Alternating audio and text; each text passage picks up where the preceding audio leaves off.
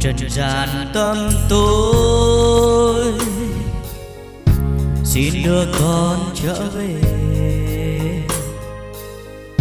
Dòng đời cứ cuốn lấy thân con xa vào tội lỗi.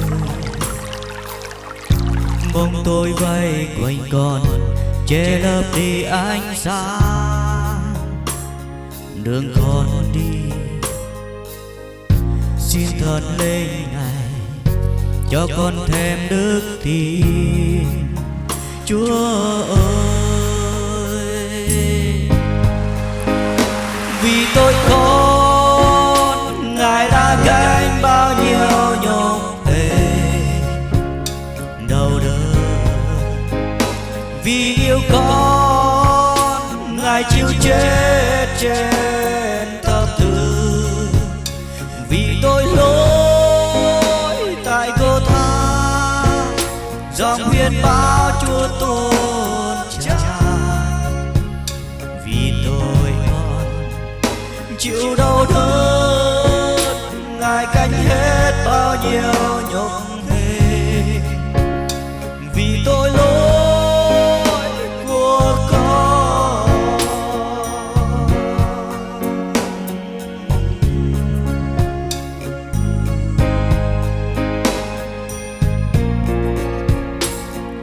Chúa ơi, vì tôi con Ngài đã chết trên thập tự. Chúa ơi, con yêu Ngài vì Ngài đã Chúa lần là mất đi mereka nak lawi clay điệp đọc tung mà say lấy gram làm clay gió clay mắt chôm đạt cầu gồm hai chìm lấy ngã là nai ba câu yang ngadi pray kau tang play đào hoa giang ơi.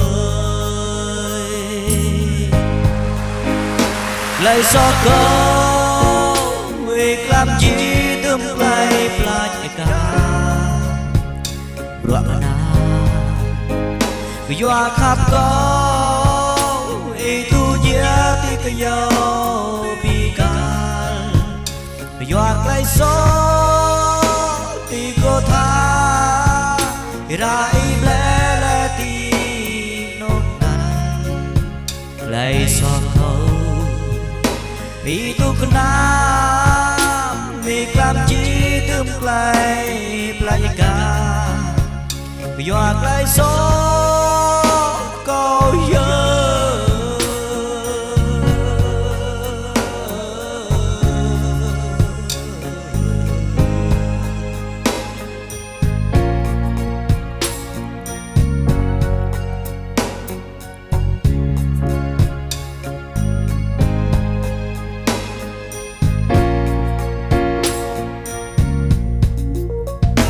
Vì tôi con Ngài đã gánh bao nhiêu nhục thể đau đớn.